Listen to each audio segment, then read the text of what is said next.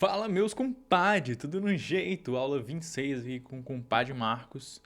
Vamos falar um pouquinho sobre física do solo, beleza? Propriedades, processos e aplicações. A física do solo estuda as propriedades físicas e os processos que afetam a estrutura, a densidade, a porosidade, movimentação da água, do ar e do calor no solo, fundamentais para o crescimento vegetal e equilíbrio ecológico. Beleza? Então, estrutura, densidade, porosidade, movimentação da água, do ar e do calor. Legal.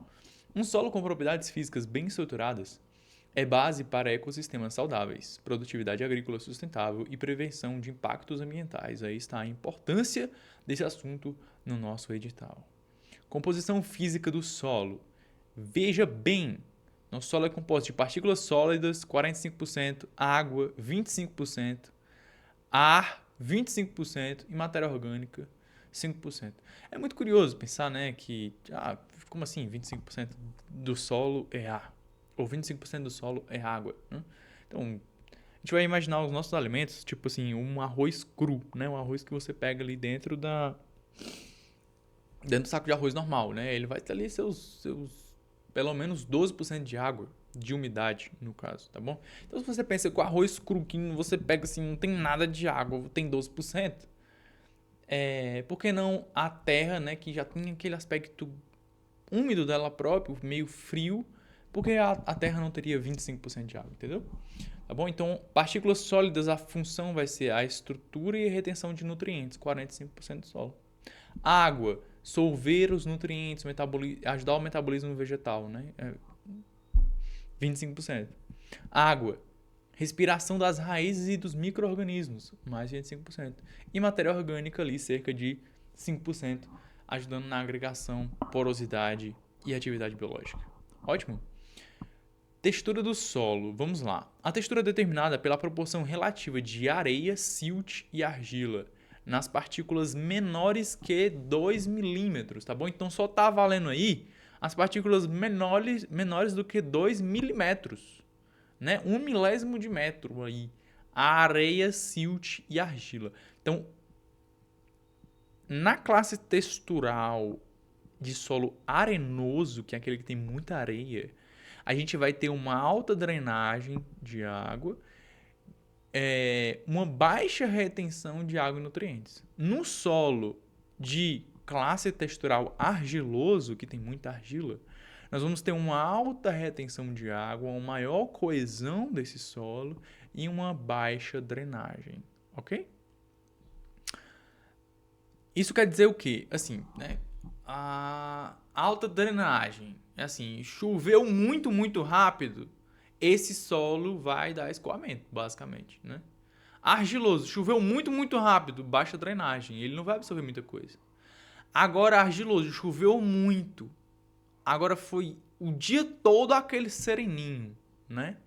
E aí o solo argiloso vai só acumulando aquela água ali, vai só acumulando, acumulando, acumulando, acumulando. Ele vai ter uma alta retenção, tá bom? Mas se chover muito rápido, ele vai ter uma baixa, ele não vai conseguir drenar tudo. Agora, se choveu devagarzinho, ele vai drenando devagarzinho também e retendo essa água.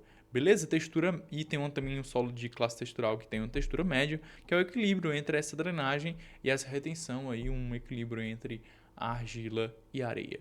Beleza? Desse modo, nós podemos dizer que a textura é uma propriedade estável do solo e herdada da rocha matriz. Essas aulas estão magníficas. E elas estão muito interligadas, assim. Você precisa de uma para entender a outra e da outra para entender uma, né? Estrutura do solo. A estrutura refere-se à organização das partículas do solo em agregados. E aí nós temos agregados granular, blocoso, ou também chamado de subangular, e prismático, ou colunar, e plateliforme, né? Então, para quem já estudou, por exemplo,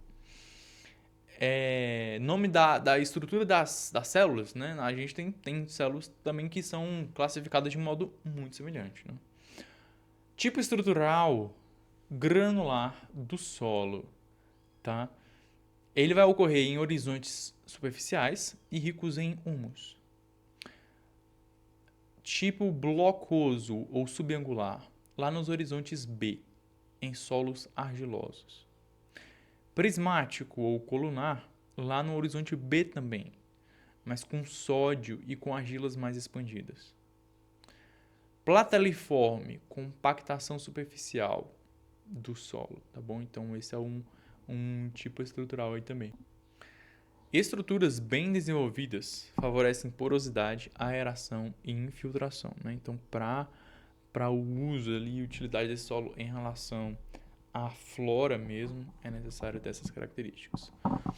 Densidade do solo, né? A gente vai ter a densidade real e a densidade aparente, beleza? A densidade real vai estar ali relacionada às partículas, a massa das partículas sólidas em relação ao volume dessas partículas, tá bom? E aí a gente tem um valor padrão, que é o que vão se considerar normal ou modelo, para depois conseguir julgar as outras com base nisso, tá certo?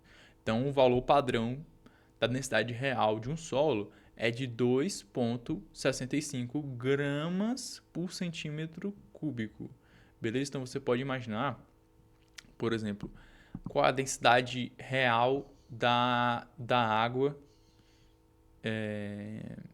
a nível do mar a 25 graus Celsius é 1 grama por centímetro cúbico. Né? Mas do solo não. Você pode ver que o solo então é 2 vezes 65 vezes mais denso. O solo padrão mais denso do que a água, entendeu?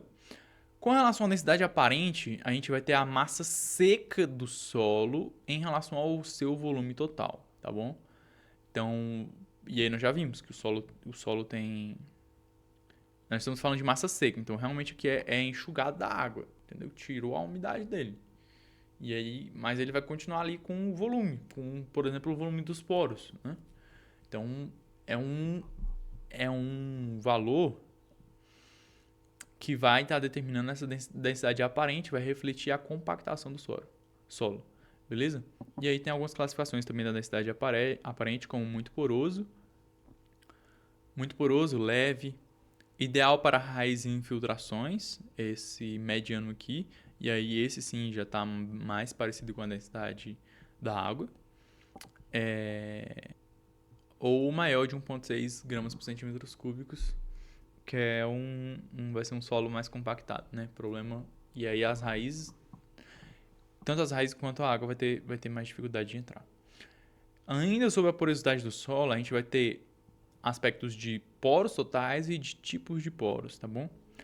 Poros totais, espaços vazios no solo, que podem ser ocupados por ar e por água, tá bom? É ideal que esses espaços vazios sejam maior do que 50%, tá bom? De porosidade total.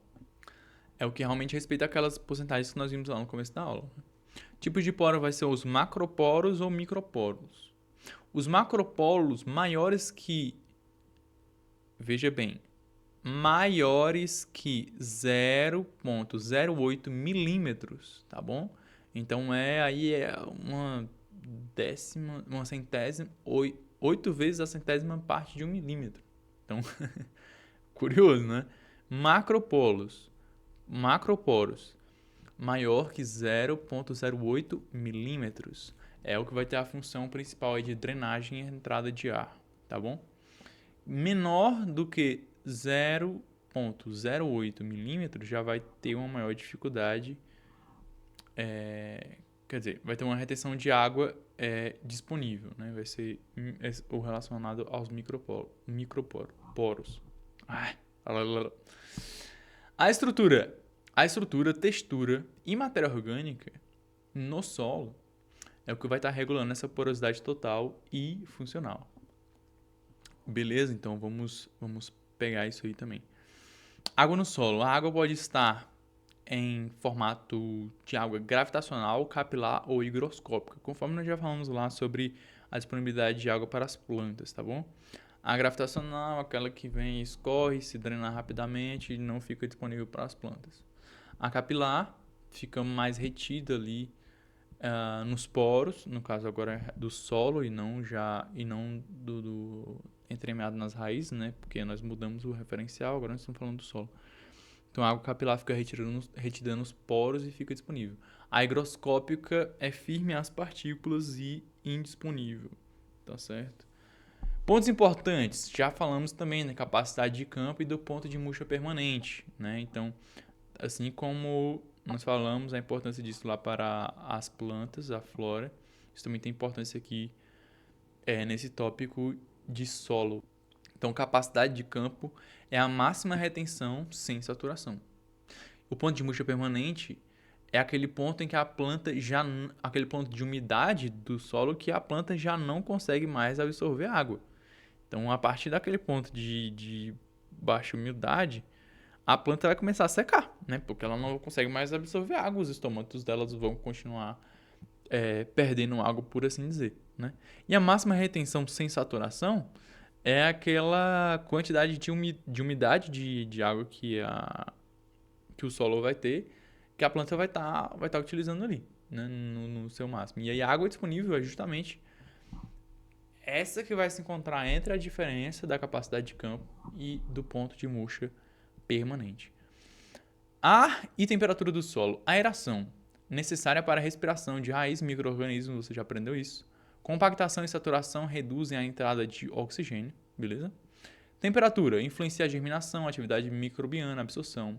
Controlada pela cor do solo, olha só, cor do solo influenciando a temperatura dele. Umidade e cobertura vegetal. Processos físicos ambientais. A gente vai ter compactação, selamento superficial e erosão hídrica ou eólica e o encrustamento, tá bom? A compactação vai ser causada principalmente pelo tráfego de máquinas ou pisoteio, vai ter como consequência ecológica ou pericial a redução de poros, a menor filtração e erosão. Selamento superficial tem como causa o impacto da chuva em solos nus, e vai ter aí a consequência de formação de crostas no impedimento de germinação. A erosão, processo de erosão hídrica ou eólica. Então, por conta da passagem, né, de água ou de ar, tem como causa aí os declives, os desmatamentos e a chuva intensa. Já tive muito caso disso aqui que eu ainda nem consegui resolver. De erosão hídrica por conta de chuva intensa em locais que estão de firme declive, um declive horroroso, e que só começou a cair o solo, né, só começou a realmente a ser perdido porque foi desmatado. Consequência, perda do solo fértil, assoreamento e degradação. Enfim, problemas. Encrustamento, causado pelo ressecamento e dispersão de argilas e tem como consequência a barreira física a emergência se torna, né, uma barreira física à emergência de plântulas. Então, o primeiro brotinho ali das plantas. Aplicações práticas e periciais. A gente vai ter a perícia por degradação ambiental, identificando e comparando a compactação e erosão. Estudo de impacto ambiental, diagnóstico de infiltração e fragilidade do solo. Planejamento de reflorestamento, escolha de áreas com estrutura e porosidade ideais. Gestão hídrica em nascentes e várzeas. Estudo de infiltração e saturação e retenção. Monitoramento de incêndios florestais, avaliação de temperatura e umidade do solo. Por que é importante, galera, esse ponto que eu estou colocando aqui em todas as aulas, aplicações práticas e periciais, tá bom? Porque hoje nós estamos no meio de uma cultura pedagógica, né, que gosta de fazer as perguntas ali, inventando historinhas, né, colocando elas dentro de um contexto, de certa forma.